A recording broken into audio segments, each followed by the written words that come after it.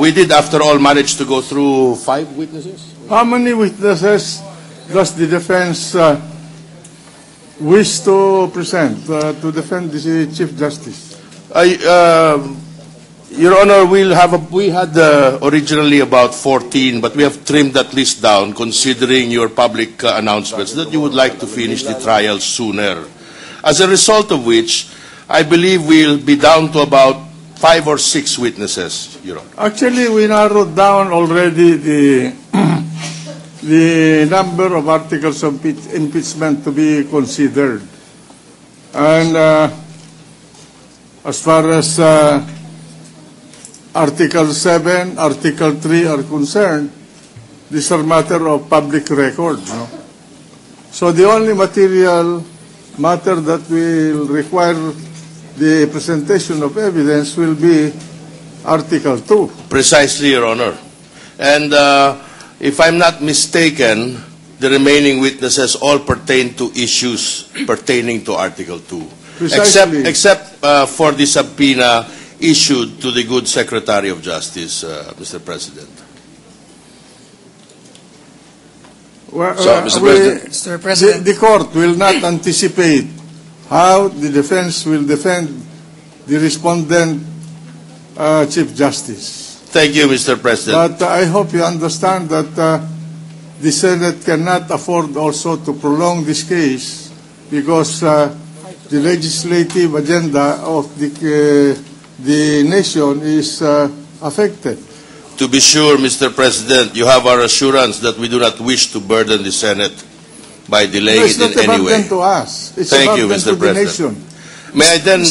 May I then manifest, in accordance with the letter that we received today from the good Secretary, that we would require her attendance on Wednesday, if that is possible. No, you have to make an arrangement with her. She's your witness. Yes, Your Honor. We are So you informing make the an court. arrangement with her when she's to come here. Yes, Your Honor. We are informing the court because the letter that we received today was not yet taken up in the business that we tackled this morning.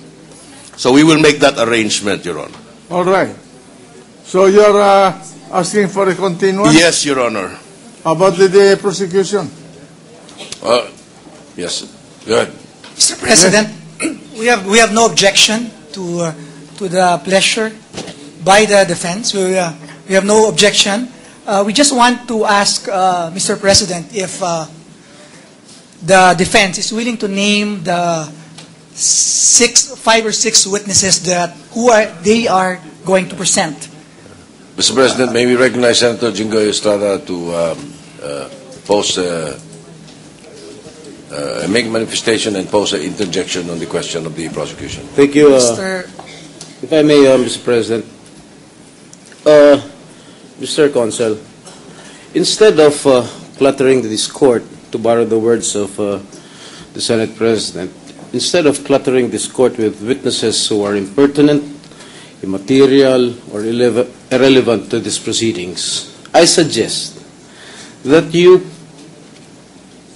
bring the respondent himself to answer all the allegations leveled against him.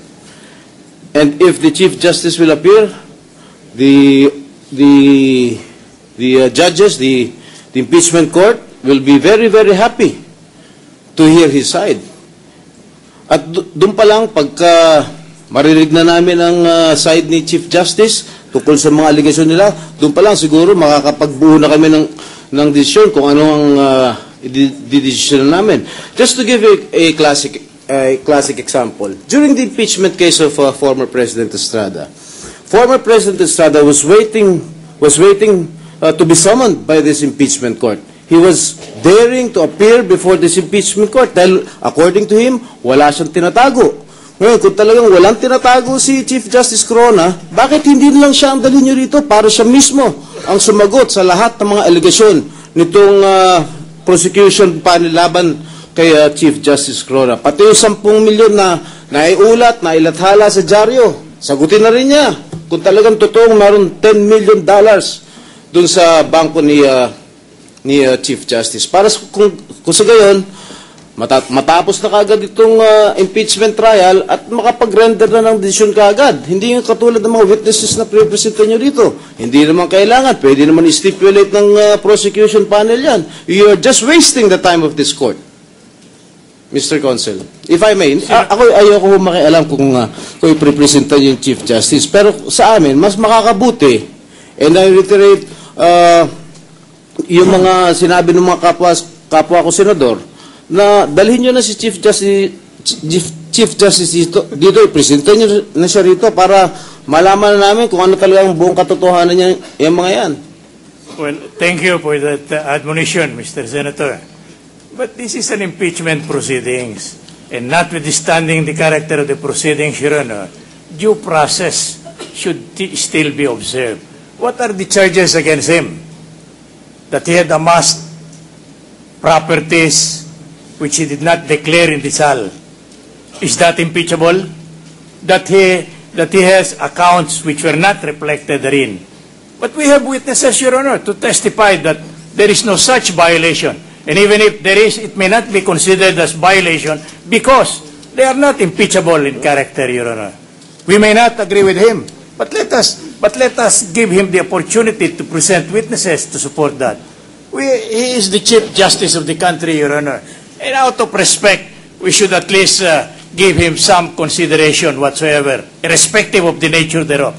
Now, you're castigating the defense for presenting witnesses that like this and like that.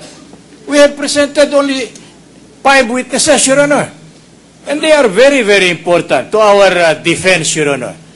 We cannot be bulldozed into presenting this witness because you like him to testify. That is not the order of trial. That is not the demand of justice, Your Honor. We have been a practitioner, we have been a member of the bench, we have been a member of the Supreme Court. There is no authority nor any jurisprudence that give the reason for compelling a party accused for appearing in court if he does not appear to be in a position to do so, Your Honor. Now, there were several witnesses, Your Honor, today scheduled for trial. Luckily or unluckily, we have a division of labor among the members of the panel, Your Honor. And these were the matters to be discussed by these witnesses together with the identity are delineated in that conference. Now, accidentally enough, we never anticipated that those assigned to them will not be able to perform as expected of them, Your Honor. But they are not dilatory in character. For instance, the witness whom Attorney Lee Choco will present, he will testify. He will be made to testify that actually the market was pushed through. There was a market operating. All these proceedings were undertaken, and this certainly will cause doubt on the rather clearance or enlightenment on the part of the court that the transaction is a genuine one. It is true. There are check payments, Your Honor, that we utilize the same to cover up the expenditures and the acquisition made by the Chief Justice. But we do not know how much amount of evidence will be necessary to be able to convince the Honorable Court. Kung sa Tagalog po parang nananalakab kami sa linaw eh. Rules of evidence. Sinasabi ninyo, hindi proof beyond reasonable doubt. Convincing laban. Alright. Ano nga po yung, meron kaming objection. Ganito. Now, we have other witnesses, Your Honor. We cause them to be subpoenaed. But we are informed only lately that they will not be able to testify. There is a comment here made. Hindi naman ninyo inilagay ang purpose, kaya nyo tinatawag si Secretary de Lima. My question is there any rule under the revised rules of court which state that in a motion for the request of the issuance of a subpoena, the purpose must be stated? I am not aware of any rule. We have already ruled upon that, Counsel. I think that we shall not prolong this discussion. Well, I hope you also give due consideration to this court. Yes, Your Honor, we are. That you cannot say that we are not giving you due process. You have all the time during the recess to study the defense of your client. Correct, Your Honor. To prepare his defense. And we are very appreciative of that. To tell you the truth, we are quite disappointed that the witnesses that you brought here this afternoon are people who are testifying about the collection of fees. What has that got to do with the impeachment? To identify records. What has that got to do with the impeachment trial? The question here, and I think you know, because you're an experienced lawyer, is Section 3, Section 2, Article 2. That's correct, Your Honor. So, all of those witnesses were presented this afternoon were irrelevant to that particular issue of Articles of Impeachment number 2. And that's why we feel a little disappointed. Now, don't tell us and lecture to us about due process. We're equally aware of our obligation to extend due process to anybody coming before this court. Is it your position that there is no prima facie case presented before this court? In our evaluation, yes. No, I'm asking you a question. Yes, Your Honor. If that's your position, In our evaluation, as then of, that's your problem, if that's your position. I will be frank with you. If you think that there's no case presented here in this court, then that's your problem. always, may I continue, Your Honor? We are all lawyers, trained in the art. And I think we respect your skills and your ability to appreciate the evidence, but equally, we expect you to respect our ability to appreciate the evidence presented to us. The gentleman from San Juan.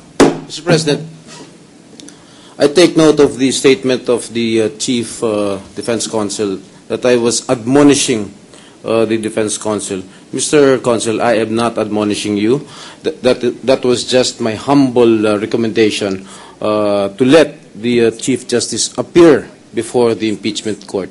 Dahil sa pagkakaalam ko, paniwala ko, pag humarap dyan si Chief Justice, ang bayan magiging masaya, ang impeachment court magiging masaya, at gusto talaga namin malaman kung ano talaga ang buong katotohanan.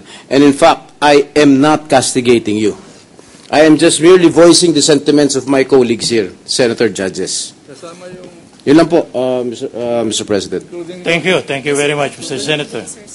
Mr. President, Your Honor, I would like to make it of record that based on our record, the defense has already submitted